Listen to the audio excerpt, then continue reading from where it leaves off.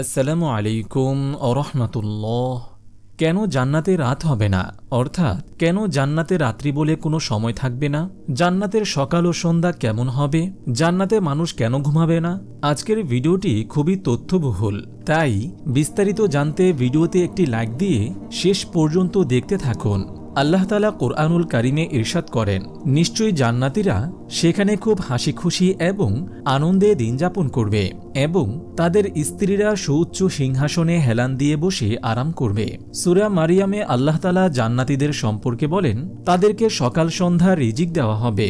হাদিসে রাসূল সাল্লাল্লাহু আলাইহি ওয়াসাল্লাম থেকেও জানা যায়, জান্নাতে সেখানকার অধিবাসীদের জন্য অফুরন্ত নিয়ামত এবং আরাম আয়েশের ব্যবস্থা থাকবে।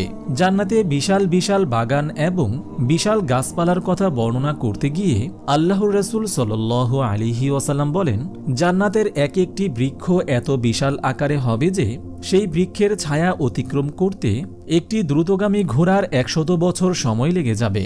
এই দুনিয়ায় আমাদের রাত কেন গুরুত্বপূর্ণ? কারণ সারাদিনের কাজকর্মের যে ক্লান্তি হয় সেটা রাতের ঘুমের ফলে দূর হয়ে যায়। রাত কেবলমাত্র ঘুমের জন্য, কিন্তু জান্নাতে কোনো মানুষ ঘুমাবে না। তাই যখন ঘুমই থাকবে না, তাহলে রাত থাকবে কেন?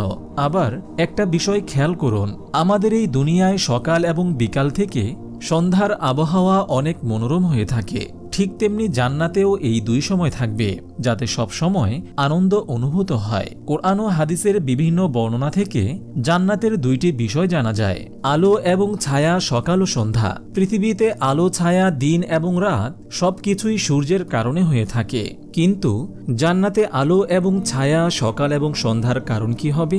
জান্নাতে আলো ছায়া, সকাল এবং সন্ধ্যার জন্য সূর্যের মতো কোনো বস্তুর প্রয়োজন হবে কিনা এ বিষয়ে পরে আলাপ করা যাবে। যেহেতু জান্নাত একটি আধ্যাত্মিক জগৎ এবং যেখানে জীবন কখনো শেষ হবে না, তাই আমরা এমনটা ধরে নিতে পারি, জান্নাতে সকাল এবং সন্ধ্যার পরিবর্তনের জন্য কিংবা আলো ছায়ার জন্য কোনো কিছুর প্রয়োজন হবে না।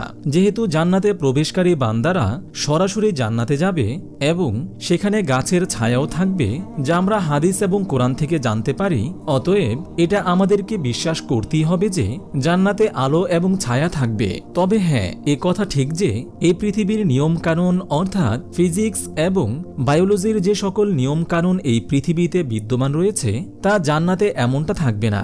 সেখানে ভিন্ন কোনো নিয়ম কানুনের প্রচলন হবে, যা সেখানকার অবস্থা ভেদে পরিবর্তিত হবে। কেউ যদি জান্নাতকে বিশ্বাস করে যেমনটা একজন ইমানদারের করা উচিত, তাহলে তাকে অবশ্যই জান্নাত এবং তার সমস্ত বৈশিষ্ট্য এবং নিয়ামতকে স্বীকার করে নিতে হবে।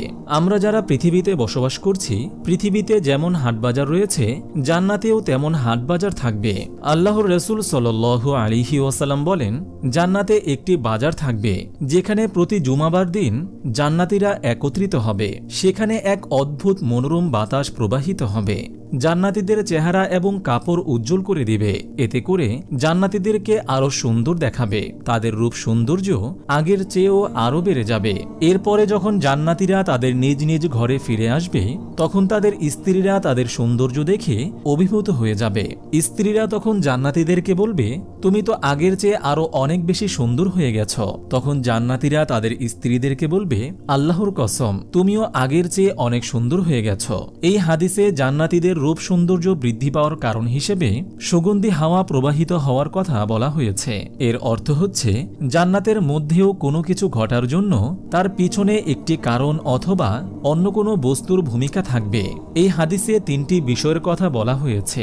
এক হচ্ছে বাজার, দ্বিতীয়টি হচ্ছে জান্নাতের অধিবাসীরা সেই বাজারে যাওয়া, তৃতীয় হচ্ছে সেই বাজারে প্রবাহিত বাতাস। কোরআনে জান্নাতের ক্ষেত্রে দিন এবং রাতের কথা না বলে সকাল এবং সন্ধ্যার কথা বলা হয়েছে।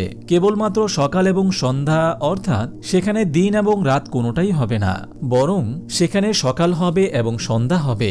আবার জান্নাতে বৃক্ষের ছায়ার কথা বলা হয়েছে, অর্থাৎ পুরোপুরি অন্ধকার নয়, কিছুটা আলো অবশ্যই থাকবে। মহান আল্লাহ তাআলা এই মহাবিশ্বের প্রতিটি বস্তু যথাযথভাবে সৃষ্টি করেছেন। তার সৃষ্টিতে কোথাও কোনো ত্রুটি নেই, যেখানে যা প্রয়োজন তিনি সেভাবেই সবকিছু স্থাপন করেছেন। আপনি যে কোনো দুনিয়ায় অথবা যে কোনো মহাবিশ্বে যান না কেন, আল্লাহর সৃষ্টিতে কোনো ত্রুটি খুঁজে পাবেন না। হ্যাঁ, এটা ঠিক যে প্রত্যেক জায়গার জন্য আলাদা আলাদা নিয়মকানুন রয়েছে। বিজ্ঞানের সূত্রগুলো সব জায়গায় একরকম নয়। ফিজিক্স এবং বায়োলজির সূত্রসমূহ আলাদা আলাদা জগতের জন্য আলাদা আলাদাভাবে সৃষ্টি। প্রতিটি জগতের জন্য প্রকৃতির নিয়ম ভিন্ন হয়ে থাকে এবং এক জগৎ থেকে অন্য জগতে যাওয়ার পথে অনেক বড় বড় বাধা তৈরি করে রাখা হয়েছে। আল্লাহ তাআলা আমাদের সবাইকে নেয়ামতে ভরা এই জান্নাতে যাওয়ার তৌফিক দান করুন, আমিন। আপনি যদি এরকম ভিডিও আরও পেতে চান তাহলে এই চ্যানেলটি সাবস্ক্রাইব করে পাশে রাখা বেল আইকনটি অন করে দিন।